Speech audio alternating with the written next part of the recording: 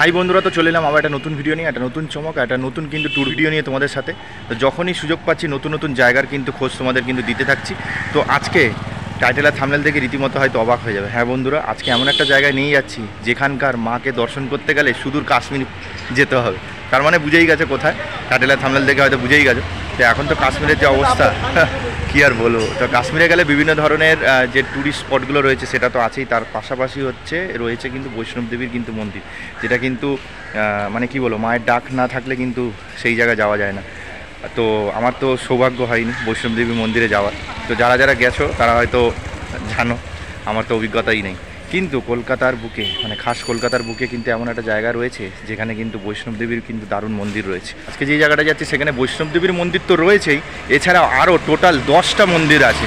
কিন্তু যেই ঠাকুরকে ঘিরে এই মন্দিরটা, সেটা হচ্ছে মা মঙ্গলচণ্ডী মন্দির। এই মা মঙ্গলচণ্ডীর মন্দির প্রায় বলা হয়ে থাকে নাকি 400 থেকে 600 বছরের মন্দিরের ইতিহাস। মা মঙ্গলচণ্ডীর মন্দির হিসাবেই কিন্তু জায়গাটা বিখ্যাত। কিন্তু এখানে মা মঙ্গলচণ্ডীর পাশাপাশি কিন্তু টোটাল 10খানা কিন্তু ঠাকুরের মন্দির রয়েছে। তার মধ্যে যেটা বিখ্যাত সেটা হচ্ছে বৈষ্ণব দেবীর মন্দির। মানে একই জায়গায় আসলে তোমরা বৈষ্ণব দেবীর মন্দির, মা মঙ্গলচণ্ডীর মন্দির, এছাড়া আরও 8খানা বিগ্রহযুক্ত মন্দির রয়েছে। তাহলে সেটা কোথায়? আজকে কিন্তু খুব দূরে যাচ্ছি, আজকে কলকাতার বুকেই আছি। তো আজকে কলকাতার বুকে তোমাদেরকে নিয়ে যাচ্ছি বৈষ্ণব দেবীর মন্দির, মা মঙ্গলচণ্ডীর মন্দির, ছাড়াও আরও 8খানা কিন্তু বিগ্রহযুক্ত মন্দির। ঠিক আছে, তো চলো ভিডিওটা স্কিপ না করে পরপর দেখতে থাকো, তাহলে কিন্তু সমস্ত ইনফরমেশন জেনে যাবে। চ্যানেলে নতুন থাকলে চ্যানেলকে সাবস্ক্রাইব করে পাশে থাকা বেল আইকন প্রেস করবে, তাহলে কিন্তু নতুন নতুন চমক ভিডিও আপডেট কিন্তু সবার আগে পেয়ে যাবে। ইনস্টাগ্রাম আর ফেসবুক পেজের আইডি শো করছে, ফলো করে দিন। ইনটু টাইম হাজি সাসিস, welcome to my channel travel and food hunger. ঘোরার কোনো শেষ নেই আর খেতে কোনো বাধা নেই। আজকে বাধা না রেখে শটাং চলে যাচ্ছি কলকাতার বুকে বৈষ্ণব দেবীর মন্দির, এছাড়াও মা মঙ্গলচণ্ডীর মন্দির। খুবই জাগ্রত মায়ের কিন্তু মন্দির। সমস্ত ইনফরমেশন জানিয়ে দেবো কীভাবে এই মন্দিরে আসবে, টাইমিং কি, এবং ভোগেরও ব্যবস্থা আছে কিন্তু, তা আবার বিনামূল্যে। এটা কিন্তু আগে দিয়ে বলে দিলাম। তো চলো বেশি অপেক্ষা না করে যাওয়া যাক।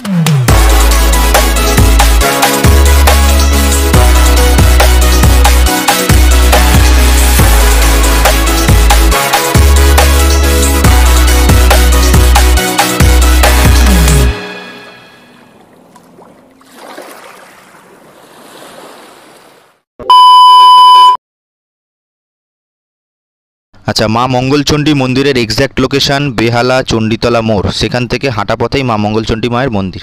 আপাতত একটা লোকেশান ধরে আজকে এসছি, সেটা বলে দিচ্ছি, এছাড়াও অন্য লোকেশানও বলে দেবো। তো টালিগঞ্জ হয়ে করুণাময়ী হয়ে যে রাস্তাটা মুচিপাড়া হয়ে শখের বাজারের দিকে গেছে, সেইটা ধরে কিন্তু আমি মুচিপাড়া মোড়ে নেমেছি। সেখান থেকে দেখতে পাচ্ছি আমি ডান দিকের গলিতে ঢুকবো। আচ্ছা, তো ওই যে রাস্তাটা তোমাদেরকে দেখালাম, ওই গলি থেকে পুরো সোজা চলে আসবে, কোনোদিন বাঁকবে না। পুরো সোজা চলে আসার পরে দেখবে এখানটা এরকম একটা মাঠ পাবে। সেই মাঠের থেকে কিন্তু দুটো রাস্তা বেঁকে গেছে, একটা ডান দিক একটা বাঁ দিক। তো বাঁ দিক দিয়ে কিন্তু আমরা যাব। মাঠের পাশ থেকে বাঁ দিকে নিয়েছিলাম। তো বাঁ দিকে যেভাবে যাচ্ছে দেখতে পাচ্ছ বাণীনিকেতন হাই স্কুল। তো এইভাবে যেরকমভাবে রাস্তাটা বেঁকে বেঁকে যাচ্ছে, দেখো এইভাবে কিন্তু পরপর বেঁকে বেঁকে যাচ্ছে, কিন্তু সেইভাবেই আমরা কিন্তু যাবো। ঠিক আছে, তো এভাবে আমরা সোজা যেতে হবে। কিন্তু যখনই অসুবিধা হয় মঙ্গলচণ্ডী মন্দির বলবে, যে কেউ বলে। আচ্ছা, ওই যে মোড়টা দেখেছিলে যেটা ডান দিকে যাচ্ছিলো, একটা সোজা আসছিলাম, কিন্তু ওই সোজা রাস্তা ধরেই যাচ্ছি। এবং সবাইকে জিজ্ঞেস করলাম যে মা মঙ্গলচণ্ডীর মন্দিরটা কোথায়, যে কেউ বলে দিয়েছে।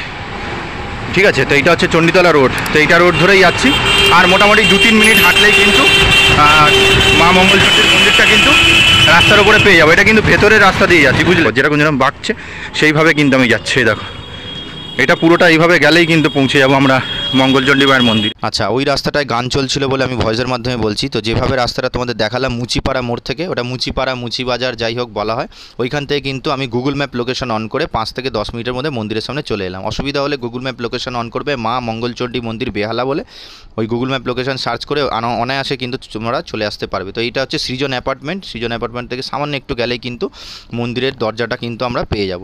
ঠিক আছে, তো এরকম একটা মন্দিরের কিন্তু ফটক থাকবে বাইরেটা, তোমরা তাহলে বুঝেই যাবে যে মন্দিরের সামনে চলে এসেছো। তো আমি কিন্তু ওই পারের রাস্তা থেকে আসলাম, মানে মুচিপাড়া থেকে কিন্তু 5 থেকে 10 মিনিটের মধ্যে ঢুকলাম। আরও রাস্তা রয়েছে, সেটা তোমাদের বলে দিই। মানে তোমরা যদি হাওড়া থেকে শিয়ালদা থেকে বেহালার বাস ধরবে, বেহালা 14 নম্বরে নামবে, বেহালা 14 নম্বর বাস স্ট্যান্ডে নেবে। সেইখান থেকে ভেতরে ঢুকে অটোওয়ালাকে বলবে বেহালা চণ্ডীতলা মোড় যাব, মানে মা মঙ্গলচণ্ডী মন্দিরে যাব। তোমাদের চণ্ডীতলা মোড়ে নামাবে, সেইখান থেকে যে কাউকে বলে মা মঙ্গলচণ্ডী মন্দিরে যাব তোমাদের বলে দেবে।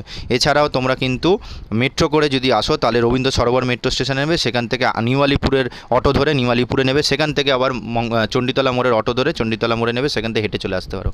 ট্রেনে করে আসলে নিউ আলিপুর স্টেশনে নেবে, সেখান থেকে কিন্তু পায়ে হেঁটেই 10 মিনিটের মধ্যে মঙ্গলচণ্ডী মায়ের মন্দিরে আসতে পারো। এছাড়াও অটো ধরেও তোমরা কিন্তু আসতে পারো। লোকেশন মনে রাখবে, মা মঙ্গলচণ্ডী মায়ের মন্দিরে যাবো এটা বলবে। দেখো এটা হচ্ছে টাইমিং, এই টাইমিংটা তোমরা দেখে নিয়েছো, সকাল আর সন্ধ্যেবেলা কোন সময় তোমাদের আসতে হবে। আর সন্ধ্যা আরতি কিন্তু 3টে সন্ধ্যা আরতি আলাদা আলাদা হয়, সেটা তোমাদের বলে দেবো। দেখো ঢোকার মুখেই কিন্তু তোমরা জুতো খুলে তোমাদের দেখালাম হাত ধোয়ার জায়গা, ওইখান থেকে কিন্তু হাত ধুয়ে নিতে পারবে। মন্দিরের ইতিহাস সম্পর্কে পুরোহিত মশাইয়ের কাছে জিজ্ঞেস করতে যাবো, কিন্তু উনি ব্যস্ত ছিলেন বলে ওনাকে কিছু জিজ্ঞেস করলাম না, তাই আমি নিজের দিক থেকে যেটুকুনো জানি বলছি, ভুল ত্রুটি হলে ক্ষমা করে দিও। এই যে রাস্তাটার নাম যে চণ্ডীতলা মোড়, সেটা কিন্তু এই মা মঙ্গলচণ্ডী নাম অনুসারেই হয়েছে। তো মায়ের মন্দির কিন্তু 400 থেকে 600 বছর পুরনো, কখনো 400 বছর শুনেছি, 600 বছরও শুনেছি, প্রচুর পুরনো। প্রথমে মায়ের মন্দির ছিল, তারপরে কিন্তু পরপর আরও মন্দির তৈরি হয়েছে, ঠিক আছে। আগে একরকম মন্দির ছিল, তারপরে একটু রিনোভেশন করে একটু নতুন করে করা হয়েছে, ঠিক আছে। তো পরপর সব মন্দিরগুলোই আমি তোমাদের দেখাবো। মায়ের মন্দির সম্পর্কে ইতিহাস বলতে কি, এই জায়গাটা থেকে কিন্তু আদিগঙ্গা বয়ে গেছিলো। তো শ্রীমন্ত সদাগর মহাশয়কে কিন্তু মা কিন্তু স্বপ্নাদেশ দিয়েছিল যে এই গঙ্গা থেকেই কিন্তু একটি শিলাখণ্ড ভেসে আসবে, সেটিকে মা মঙ্গলচণ্ডী হিসেবে পুজো করতে হবে। পরবর্তীকালে সেই আদেশ পালন করে কিন্তু মায়ের পুজো শুরু হয়। প্রতি জ্যৈষ্ঠ মাসের কিন্তু মঙ্গলবারে কিন্তু ধুমধাম করে পুজো হয়, বহু দর্শনার্থীরা কিন্তু এখানে আসে। মা খুব জাগ্রত, মায়ের কাছে যারা মানত করেছে সবার মানত পূর্ণ হয়েছে, তাই কিন্তু প্রত্যেক বছর কিন্তু জ্যৈষ্ঠ মাসের এই মঙ্গলবার কিন্তু পুজো হয়। এছাড়া প্রত্যেক দিনই পুজো হয় মায়ের, কিন্তু বিশেষ করে মঙ্গলবার করে কিন্তু প্রচুর মানুষ কিন্তু প্রতিদিন আসে। দেখতে পাচ্ছ আমি আস্তে করে মন্দিরের ভেতর ঢুকে গেছি। এই নাট মন্দিরে এত সাজানো গোছানো কেন? নাট মন্দিরে কিন্তু মহোৎসব চালু হয়েছে, মানে আমি যেই সময় ভিডিও করতে গেছিলাম তো সেই সময় কিন্তু অক্ষয় তৃতীয়া চলছে। তো অক্ষয় তৃতীয়ার দিন 3 দিন যাবৎ কিন্তু মহোৎসব হয়। এখানে নারায়ণের বিগ্রহ তোমরা দেখতে পারবে, তার পিছনে আমি কৃষ্ণ ঠাকুর আর রাধাকৃষ্ণ তোমাদেরকে দেখাবো।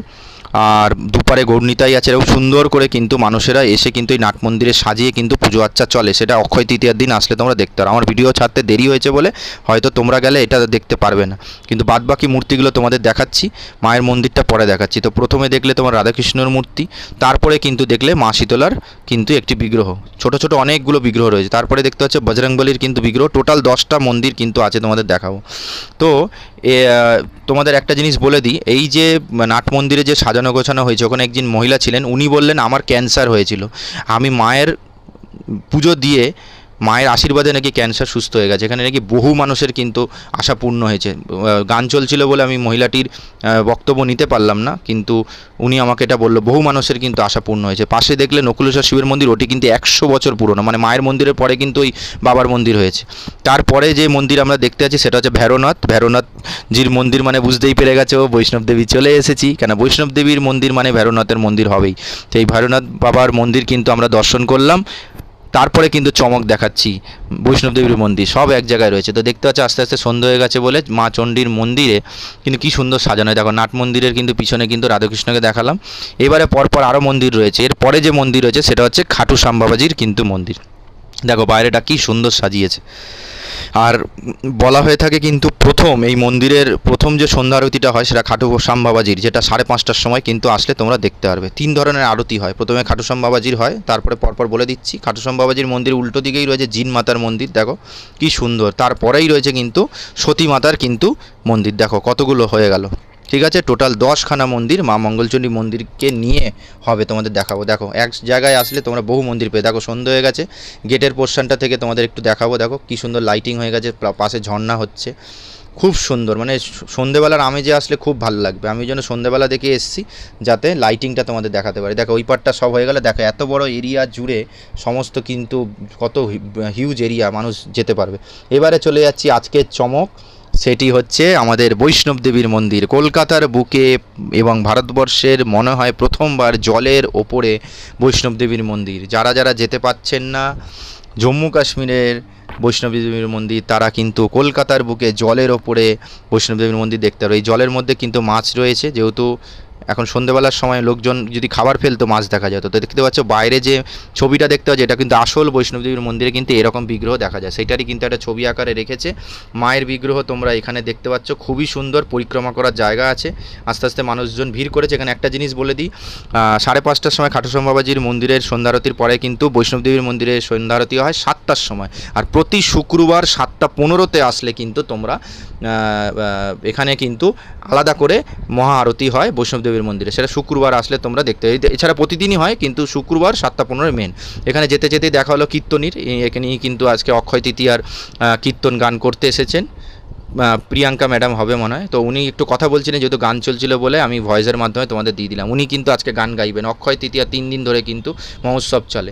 এখানে দেখতে হচ্ছে বাচ্চাদের নিয়ে আসলে কিন্তু বিভিন্ন রাইড রয়েছে, আর এখানে জিম টিম করা মানে এক্সারসাইজ করার জন্য কিন্তু অনেক মেশিন রয়েছে। আমি অবাক হয়ে গেলাম, মন্দিরে এই সমস্ত ব্যবস্থা ভাবাই যায় না, সত্যি খুব ভালো লাগে। বাচ্চাদের নিয়ে আসলে খেলাধুলো করা যাবে। দেখতে পাচ্ছ তো ওই পার থেকে প্রত্যেকটা মন্দির তোমাদের দর্শন করে দিলাম। এবারে মূল যেই মন্দির সেটা তোমাদেরকে দেখাবো, তার আগে বাইরের পোর্শনটা একটু দেখাই। দেখো বাইরে থেকে কি সুন্দর লাগছে, সব জায়গায় লাইট জ্বলে গেছে, সন্ধ্যে হয়ে গেছে। মানে সন্ধ্যের টাইমটা আসলে তোমরা খুব সুন্দর লাইটিং দেখতে পারবে, সন্ধ্যা আরতি দেখতে পারবে। তো শেষ সন্ধ্যা আরতি কিন্তু মা মঙ্গলচণ্ডীর হয়। এই হচ্ছে আসল মা জাগ্রত মা মঙ্গলচণ্ডীর কিন্তু বিগ্রহ দেখতে পাচ্ছ, কমলা রূপিণী। 10 মহাবিদ্যার শেষ মহাবিদ্যা এই হচ্ছে মা মঙ্গলচণ্ডী। এনার কৃপায় নাকি প্রচুর মানুষের কামনা বাসনা পূর্ণ হয়েছে, বহু মানুষের রোগ সেরেছে, প্রচুর মানুষের কিন্তু ভিড় হয় এই মন্দিরে। এই মন্দিরে বিভিন্ন জায়গা দিয়ে দরজা রয়েছে, সেদিক দিয়ে কিন্তু প্রবেশ করা যায়। তো আমি আবার বৈষ্ণব দেবীর মন্দিরে কেন এলাম, খাটুশ্যাম বাবাজির মন্দিরে সন্ধ্যা আরতি 5:30টার পরে 7টার সময় বৈষ্ণব দেবীর মন্দিরে কিন্তু আরতি হয় প্রতিদিন, কিন্তু শুক্রবারে মহা আরতি হয় 7:15-র সময়। এবার চলো মঙ্গলচণ্ডী মায়ের কিন্তু আরতি দেখো।